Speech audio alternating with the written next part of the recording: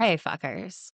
So let's lighten things up and do an exercise. In the sister show to this one, I mentioned that I've been able to access love, self love, but it's a foreign language in very recent weeks. And we kind of skated through that without discussing it too much. But I want to characterize it a little bit, at least the way that I experience, and then we'll talk about how to get there. Self love is when you move through your day filled or able to elicit the sensations of love, but without necessitating outside ego support. So it's not a response to reward. It's not dependent on the love or admiration of others. It's a condition that can be brought up from the guts into the chest, warming and settling the owner, giving a sensation of everything is okay, contentment, peace, and appreciation, a sense of fondness for the conditions that exist around the individual as well as within them. In the chest cavity, this embodied, felt, expansive, warm acknowledgement that those conditions exist because of the individual, hence the appreciation. It's sensory and mental combined self gratitude. Self love as a verb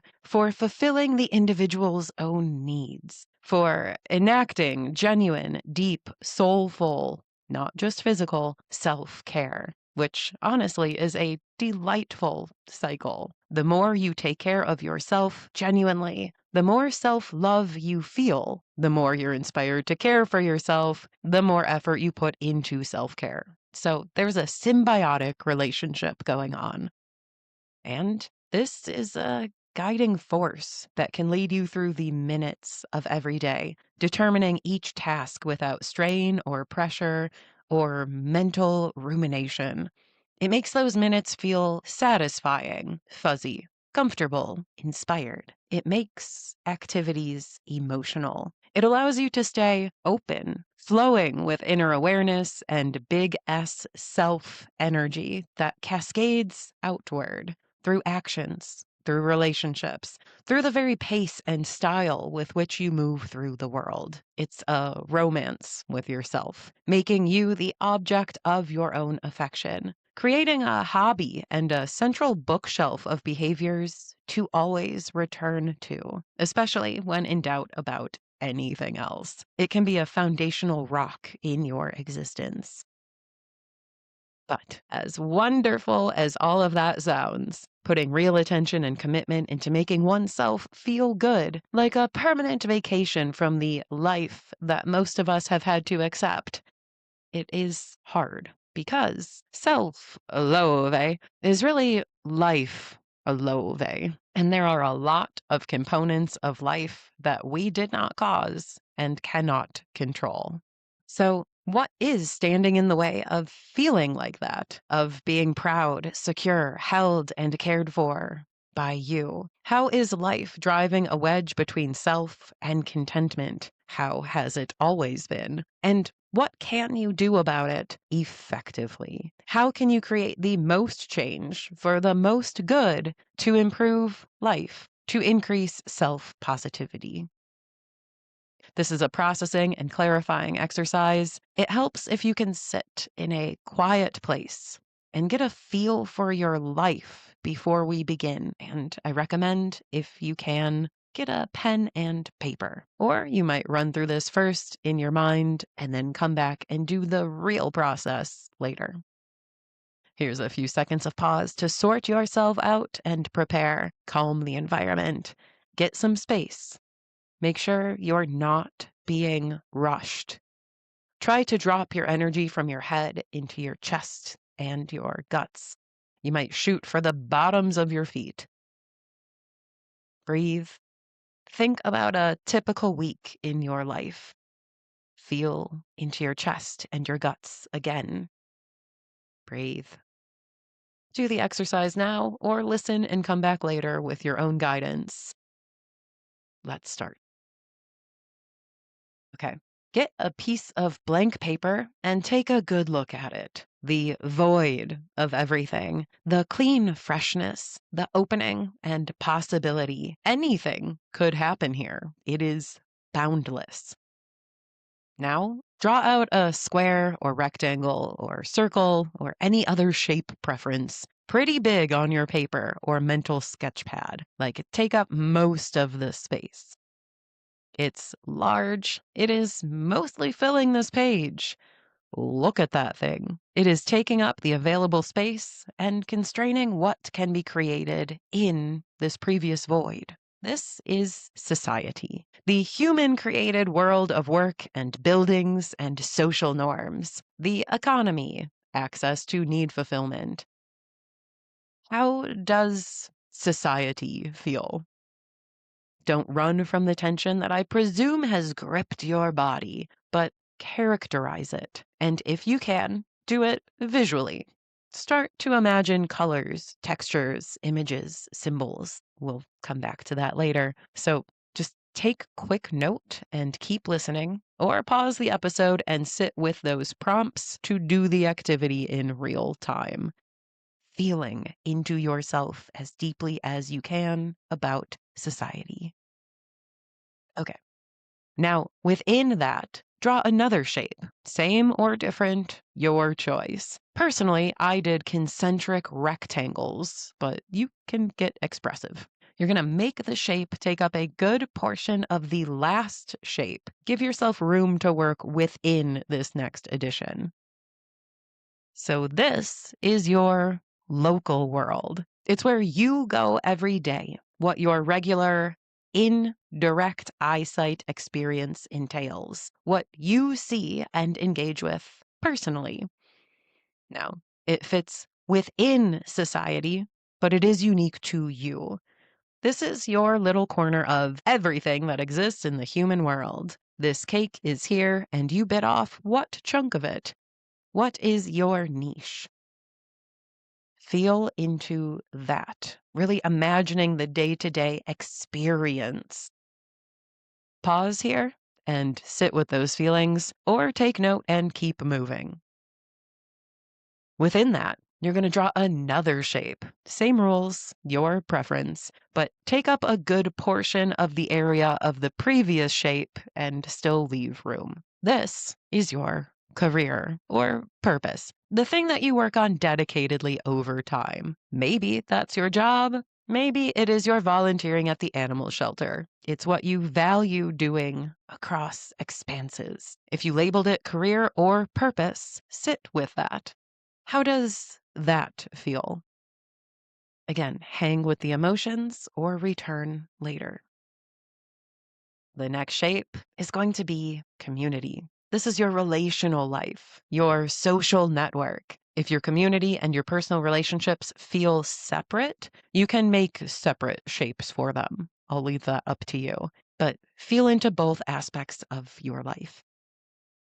Within that box, make a shape for each of your important relationships or relationship types, depending on which one is feeling intuitively correct to you. For example, romance, workplace, family, friends, versus Ben, Jerry, Leslie, and Donna. Take a minute, decide which feels better for you. It might depend on how many connections you have in your life, if you want to group them or not.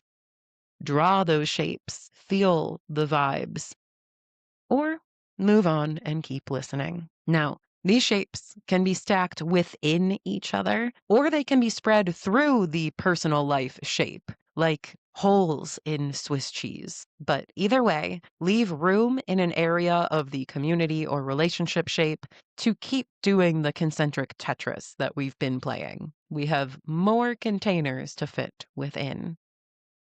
So we're going to add another shape inside. This is your home, where you sleep at night, and the surrounding blocks, your neighborhood. How have you made your home? How's the placement, the energy, the outfitting versus your needs? What are the senses and sensations in your dwelling? And now, maybe there's a person that fills your home and you'd prefer to put them here versus the relationship box. That's okay. Go ahead. How does that characterize your home sensation? Feel into all of that, or let's keep going. Add another shape inside. Hey, look, we finally gotten down to you. This one is your being, your self with a small s, your identity mentally and physically across time, the boundary between you and others. How does it feel inside that space? You might consider who you are and how you are, but try to stay out of your words and in your feelings. Don't shame spiral or get very chatty and analytical. Just feel in the orb that is you. Of course, another shape goes within, but we're almost done. This is your body, your meat, the confines and workings of your physical being, your bones, blood, joints, and cushions. How does it feel being in there? Pains or dysfunctions? What are the feelings, the sensations in each part and as a whole? What is the prevailing judgment or assigned emotion? What's the energy of it? Feel into it, your body, or continue.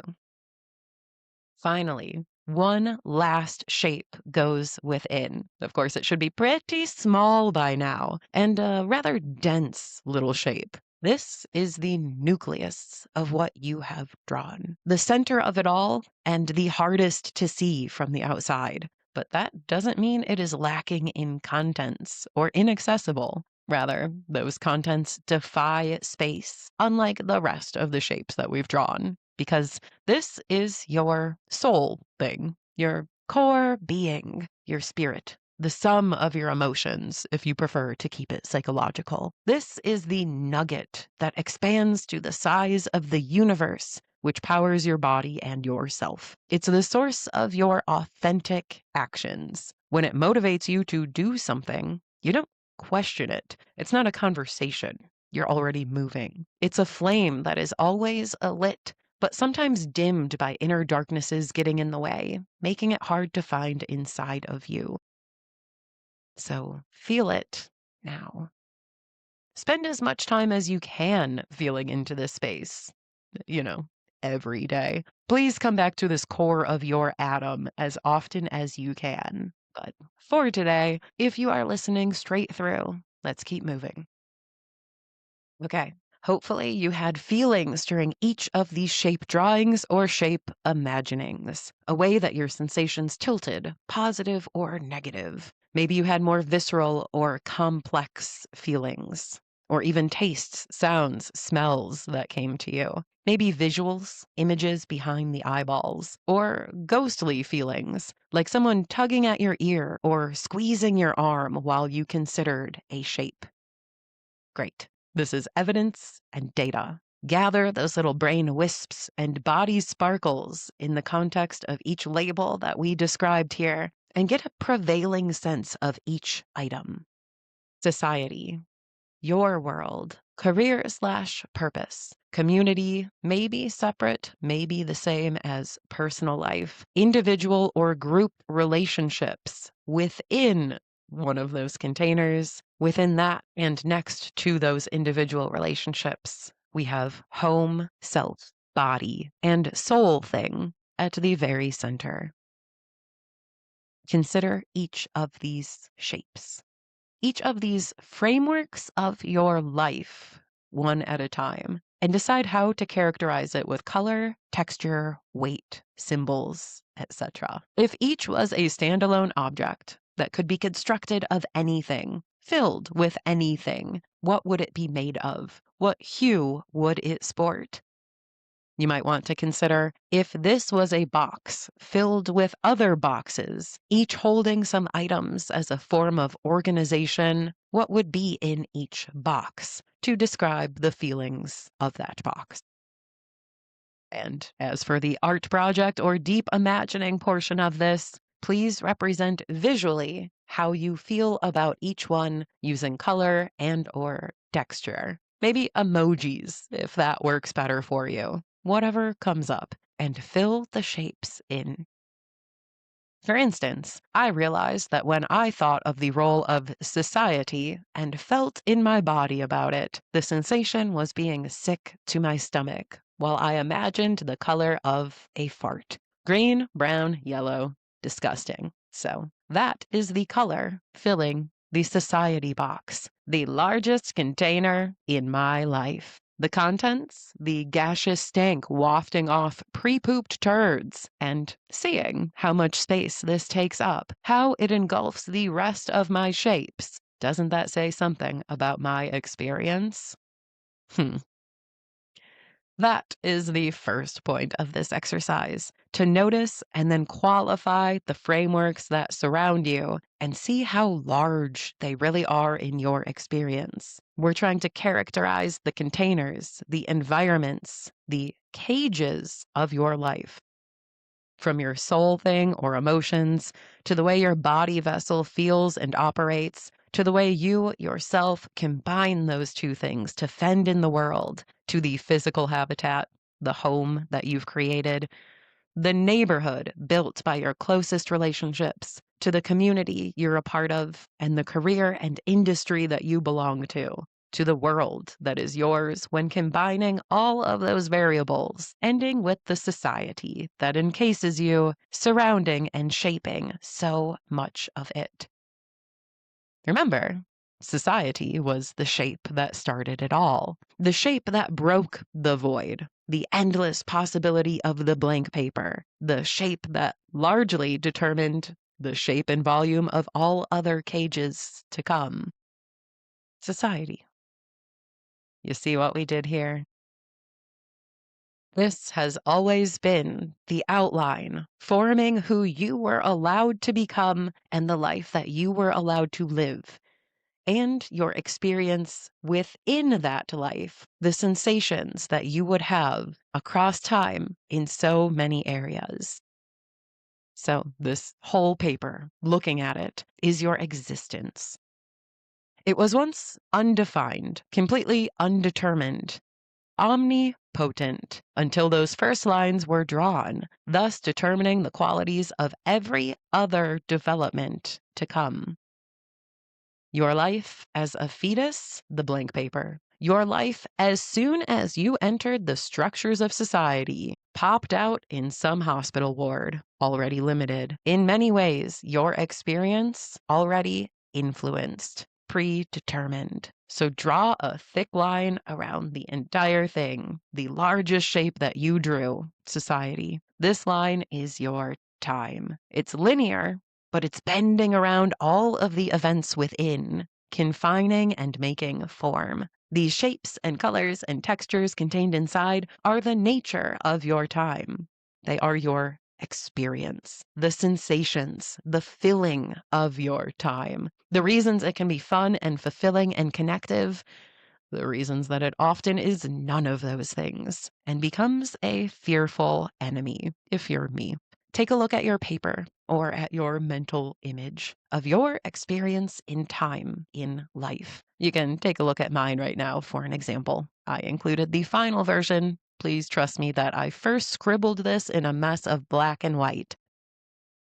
And let's consider if your shapes are filled with, say, tones of piss, a fartful society, or red and black, fire and brimstone, or the texture of broken shards of glass and gravel. These are the contents of your experience, of the boxes inside of boxes that are your existence. That is how time is feeling to you. That's your daily sensation, the tone or vibe at which you operate every week, month, year, maybe. And figure, this is really a representation of how well reality is correlated with your authentic preferences and needs. Bright and sunshiny colors and textures? Great. You are satiated. Dark and painful? Yeah, probably not so much. And if even one single container, society, is a shit river, well, look at how that takes up so much of your experience, how it fills the page, how it matches or overpowers the other containers. And think about how much it's probably tainting those containers within it. trickling down its contents.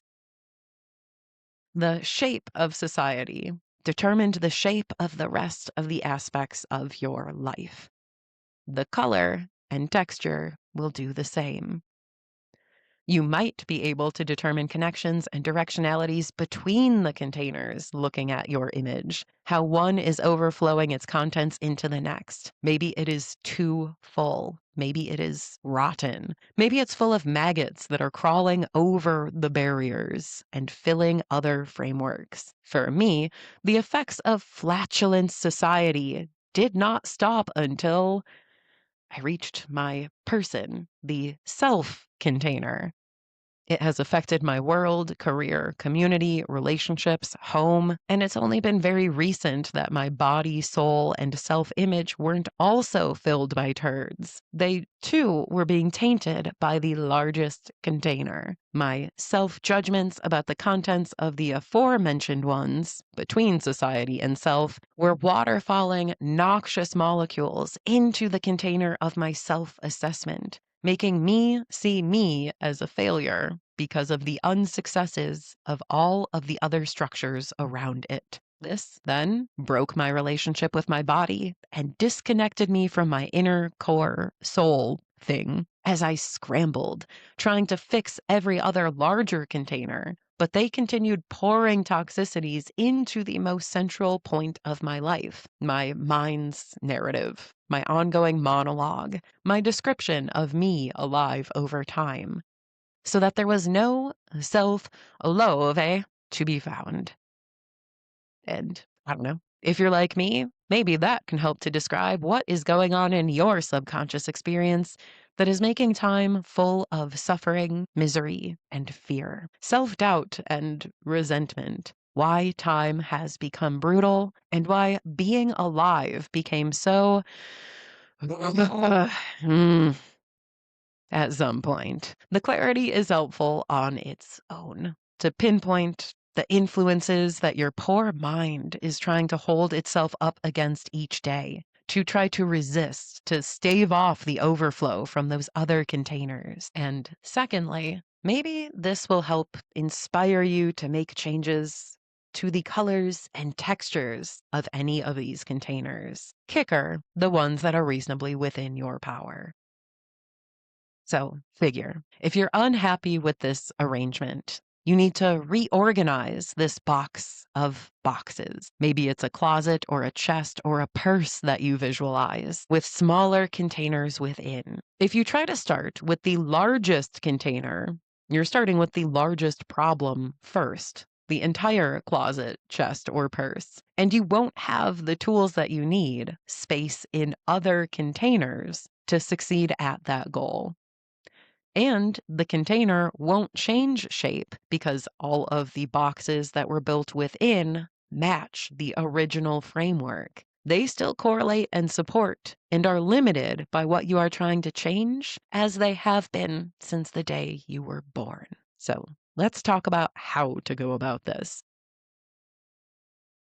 Observe the containers before you. These are the limits to your life joy and the containment to your authentic self living, which is incredibly unfair because we are not responsible for all life conditions. We're not responsible for an incredible number, I would say the majority. Even our successes were formed by and within those larger constraints. So, how much did we have to do with them? Questionable. Our existences are largely happenstantial, and so are our feelings about ourselves. So, determine which of these containers are in your control and let go of the ones outside of that for now. Put your efforts towards the ones within it. Sometimes you can't change things at work, in every relationship, majorly in your home and beyond. The company is going under, AI is taking over, your partners are struggling themselves, you don't have the capital for a big move or renovation, etc. If that's the case for any of your frames, just denote it, maybe with diagonal lines or an asterisk some kind of symbol. If you're realizing that your colors and textures take a dump at a certain container, and you don't have control over that aspect of life, go ahead and draw a new thick line at that shape. Consider this to be the barrier around your effectiveness, the perimeter that defines your locus of control, with that control being internal and non control being external, outside of the line. Now you have a clear marker of what you viably can work on for great result. And you see what is not as worthy of persistent thought or behavior, at least in this moment. Not to say that there won't be changes that give you more control or efficacy in the future, but the containers and contents that you can't change right now, accept them for how they are, where they are, go through your fears about them, get to the bottom of the well, ask, now what? And then accept them as a sort of foundational experience in your life for now. Yes, these things are happening. And from there, what are you going to do? Well, you're going to refocus by paying attention to the shapes you can affect and then start caring for them. And we're going to begin from the smallest container. We're going to reorganize from the smallest shape, your nucleus, the universe marble that lives in your stomach. You want to start from the center and then work your way upwards and outwards, amplifying the energy that's from your core. So that defines the shapes of the containers around you, all the way up to the new society that we have to toolbox together, rather than trying to do it from the other way around. This is the way to affect real change. And it is sort of this simple, not to say that it's easy. Figure you can always make you feel slightly better deep in your core, or at least not feel worse. Even when you feel awful, and nothing is going to bar that emotion, you can still give yourself the grace and the comforts that soften the experience. You can fulfill your needs. You can do the best for you, despite not being able to reach ecstatic joy from the effort. You can improve your core container through listening and responding to the experience within, cleaning it, organizing it, making it beautiful by repainting it with the way that you live every day. And if you keep putting that effort in, you'll change everything about the way that you live, getting rid of what doesn't work for you and taints your experience, and expanding what does, all the way into the other containers. Through that simple measure of improving your existence from the very, very inside of your being, if you wake up excited or comforted enough with the day that you have ahead every day, knowing you can trust that at least you have your back and the experience closest to your heart is going to be cared for, that's it. You're already 500% more likely to have fondness for self, to have self loathing, because if you appreciate how you feel and what you're engaging with in the rest of the life containers, you will appreciate how you got yourself there. And that means you appreciate you past for taking each of those steps, as you appreciate you present for continuing to take them. And you can put faith in you future for keeping up the effort. These are the keys to self-trust and self-liking. We've heard it all 10 million times before. It starts from within, not from without. So take a look at this visual to make sense of that statement and to start putting it into action. When you're changing your life experience from the core of your being, the nucleus of your life experience, from the most inner container out, rather than trying to work your way from the largest containers inward, you'll begin to feel and amplify self-love in a opposite of vicious cycle that changes very quickly. When you decide to change this picture in your mind or in the paper in your hand, start with improving the experience contained within your chest. Cater to your feelings, baby them. And then from there, expand outward to doing the same with your body. The two will feed each other, so your actions will support both quickly. And then they'll carry over into redrawing and refilling the shape of yourself. Who you are on Earth will change then into your home environment when you're feeling good enough to take action in those surroundings because of who you have become and the energy you now have. This will move into your relationships as you have comfort, safety, and opportunities for communing within your dwelling that prepare you to relate better when you move outward to the rest of the world.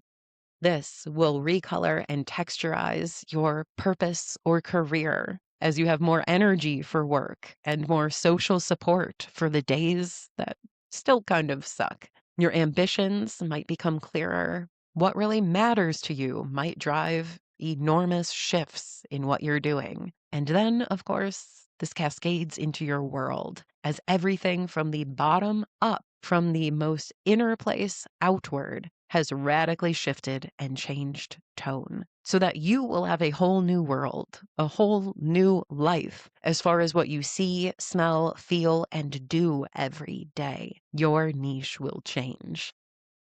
Each action you take on this mission will refill you by refilling the frameworks of your existence with peace, contentment, appreciation, and it will reduce frustration, defeat, and hopelessness, that tenuous sense of existence, because every behavior will actually count, will lend itself towards transformation. Because the container that you're starting with, your central nucleus, is so small and it's so within reach. You can read it and respond to it. You don't require, say, the media or another person to tell you what is happening. It's directly observable and impactable, while so many other things, pretty much the rest of these containers outside of yourself, are indirect, unchangeable, and defeating if you approach them first. No one can observe, report on, or care for the center of you the way that you can. No one can redraw that container or refill it. As far as the frameworks, the structures within your life, the self is the one where you are in control, but you have to get started from the innermost place. Baby the sensations inside of you with beneficial actions. Respond to them second by second. That is why all psychological advice is be present. It's this. And for that work, you will be rewarded. The container closest to you, inseparable from you, will respond. And self-loathing can then recolor and texturize your life experience from that tiny box all the way up, even changing the container of society. Because, like Marie Kondo, once you know this process, you can help others reorganize too. So, fuckers, use this page as a reminder of where you are starting from and redo this exercise in a few months to see what has changed. I hope this little process has helped or given you an excuse to color. Both. P.S. You don't need an excuse. Fuck capitalism. Live your life and make beautiful things. Connect with the nucleus of your being. Make it feel as good as you can every minute, every day. Fill it with beauty and create the rest of your life framework from there. If you begin, it will be a self-propelling process where the goodness that you feel inside your smallest, most intimate container, the box sidled up right next to your heart, overflows into every other area of life around you and redraws your existence from there. Cheers, y'all.